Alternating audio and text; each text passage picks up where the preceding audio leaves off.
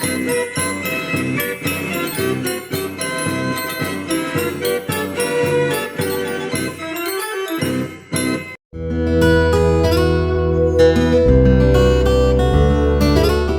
in the last episode, I explained how I was making these stops for these larger stopped pipes by using layers of wood and a foam, which I think is going to work, or I hope would work, but I've no way of knowing. I had someone send me a message, very nicely, told me I was wrong, but I think he put it really diplomatically. He said, I just think you should be aware that using synthetic materials is not always the best option. So thanks to him, I've had another think about it, and I'm not going to do that on the smaller ones. It's worked fine on the 5 big ones. I don't know how long it'll last, but I'm not going to redo the big ones because I finished them. And they're working quite well. So what I'm doing is I've cut the blocks, new blocks. I've got myself some poplar squares to make them out of. The reason I got these poplar squares is because I don't have any poplar that's that thick.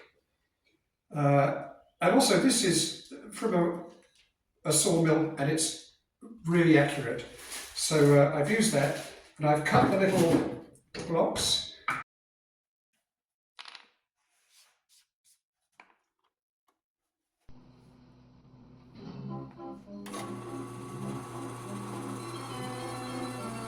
I've got to just cut a hole in the top of each of these blocks so the pegs can go in.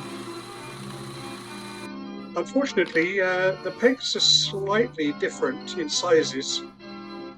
So even though they've obviously been made in a factory, they're slightly different lengths and slightly different diameter on the foot of the peg. But once these are drilled out, I'm going to use Epoxy. The West system seems to be pretty good.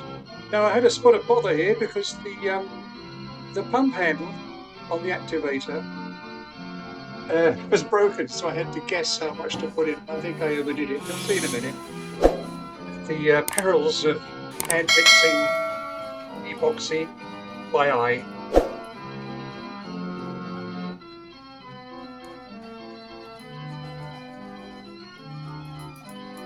This takes a bit of stirring. I'm not sure how long it's supposed to be, but I like to give it a good 5 minutes.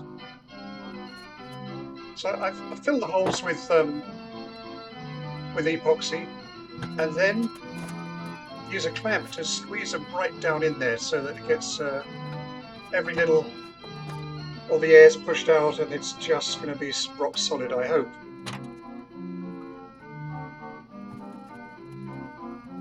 I had about 15 of these to make.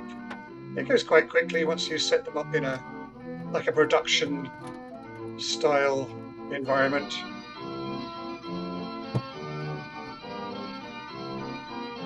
So this is where the epoxy starts to smoke. See it?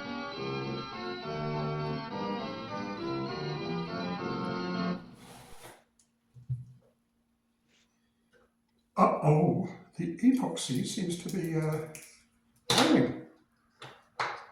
Oh man, that's just gone rock solid. Oh, look at that. I got something wrong there, didn't I?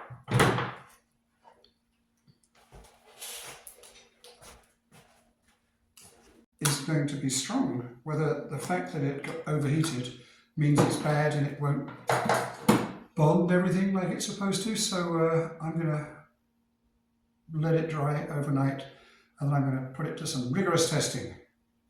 In the meantime, I'm just going to use wood glue on the final one because I should probably stuck to wood glue in the first place.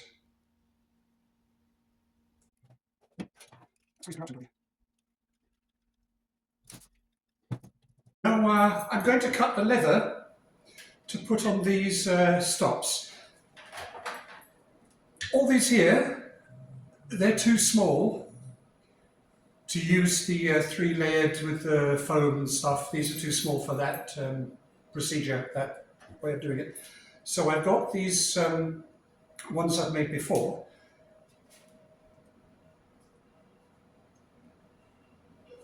They fit quite nicely.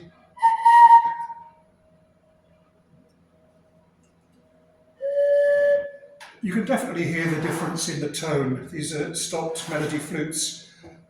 What I've got to do now is cut the leather for those. I'm using this slightly thicker leather, and then I'll start cutting them and gluing them and trimming them to fit. That should work. Do I have a piece that's 4 inches? No, I don't. 4 inches by 4 inches, okay.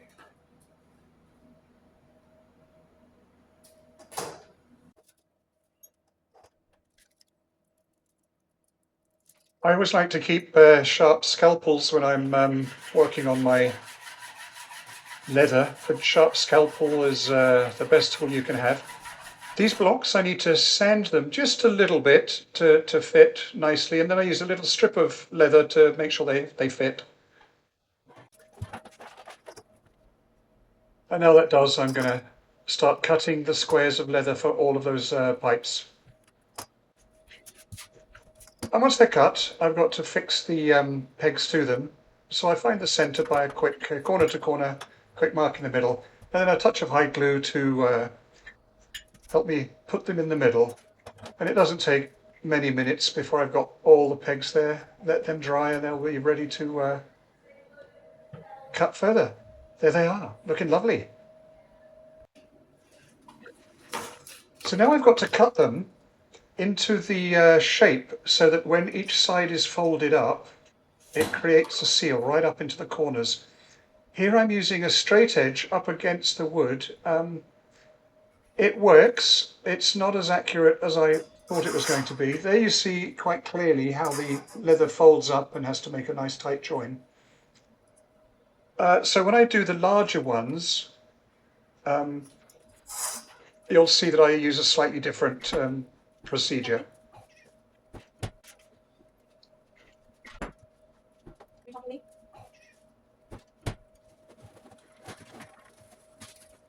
This isn't inaccurate per se, I just think I can find a slightly better technique. And time to change the blades on the scalpels again. They do tend to get blunt on this leather quite quickly. And there they are, all ready to tune the pipes.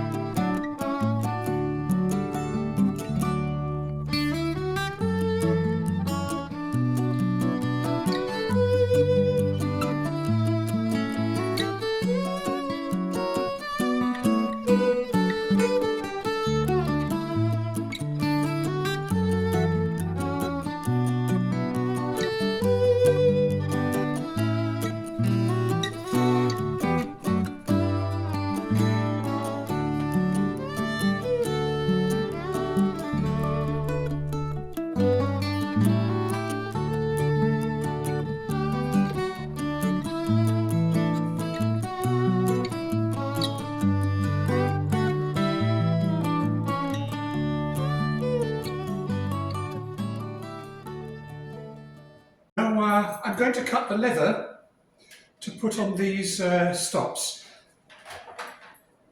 All these here, they're too small to use the 3-layered with the foam and stuff. These are too small for that procedure, that way of doing it. So I've got these ones I've made before.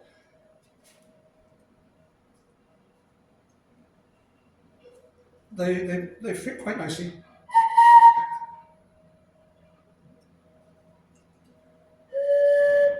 You can definitely hear the difference in the tone. These are stopped melody flutes. What I've got to do now is cut the leather for those. I'm using this slightly thicker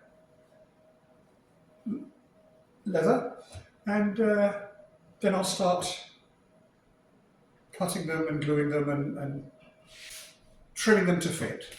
That's what's up now. Alrighty, let's get started.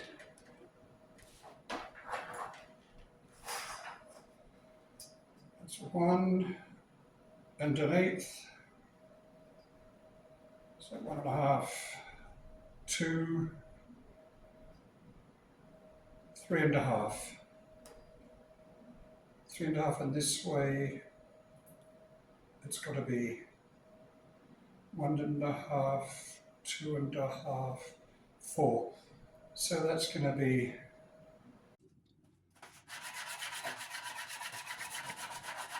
This was just a bit of a slog, just adjusting them to be as accurate as I could get them. And again, a little bit of leather to test the size. Now you'll see here I'm using a slightly different technique. Rather than cutting all the way up to the edges, I'm just taking out roughly the amount of leather I need, not right up to the edges. That will give me a bit more accuracy, I hope.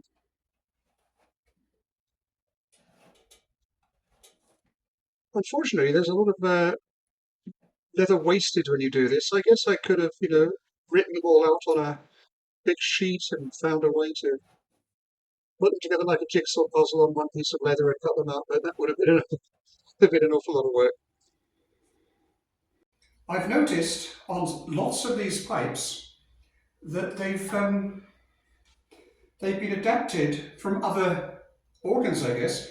Several of them have holes in the bottom here where there was obviously a pipe foot at some point. Now, I don't know whether that's because they were made like that at Wurlitzer to be used either in organs where they stand on top of the chest or somewhere, or whether they are then converted with the holes in the back for the ones that go underneath. But there's several like that. I've also noticed there's a couple of pipes, no, not that one, a couple of pipes, this one here, that's been repaired. Two sides have been replaced at some point, but they've used different thickness timber. Now, I don't know if that's good or bad, but I do remember talking to somebody who said that I should just leave little bits of repairs and things like this as they are, because they're all part of the history of the organ. I don't need to rebuild it or replace them to make them 100% new. Let's leave it showing all the quirks and changes. So now I'm going to give them wipe down, and I don't think it's necessary, but I'm going to give them all a coat of varnish. I've used previously shellac. Now I want to go over that to just protect them a bit more, because they're up underneath. No one's going to see them. They can't get dusted. They can't get cleaned. So I think having a nice shine on them, I can maybe blast some air under occasionally and dust it. That's what I'm doing now. Going to wipe them down, give them a coat of paint.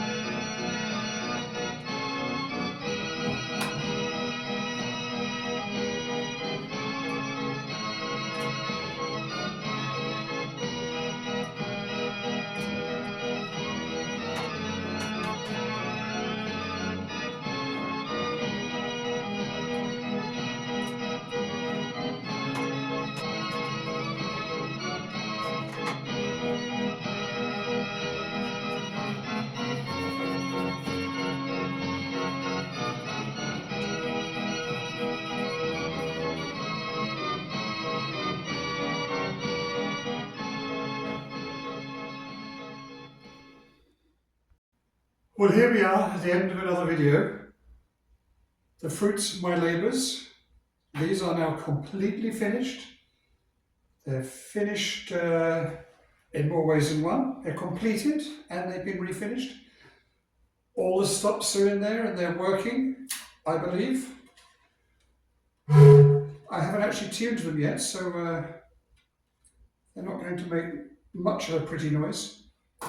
I've also got two sets of the smaller stopped pipes that go on top of the wind chest. One set for the replica, one set for the original. I didn't find any of these small pipes. In fact, several of these, you can see this one, this one, and this one, they were completely rebuilt from scratch.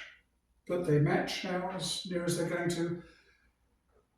And I did want to get further than this week, but I couldn't. I just ran out of time. I could have done it, but the video would have been an hour long, and I don't think you'd have watched it, would you? Oh, that reminds me. I mentioned earlier in the video that a couple of days ago we were at 400 subscribers. We're now at 550. Can you believe that? What on earth is happening? Well, I'll have to think about what to do with the channel if it's getting popular. Let's leave it there for today, and I'll catch you all next time round. Don't forget, like and subscribe, and please leave a comment. Let me know how you think I'm doing. I'm only an amateur, I'm only a pensioner trying my best to rescue an organ, but I do know there are people out there watching who have much more experience than I do. They actually do this for a living, so I'd really appreciate some tips and so on. I do get feedback, and I do listen to it as best I can. So the more feedback I get, the better I'm going to become. So thanks for watching, thanks for stopping by. See you all next week. Cheers.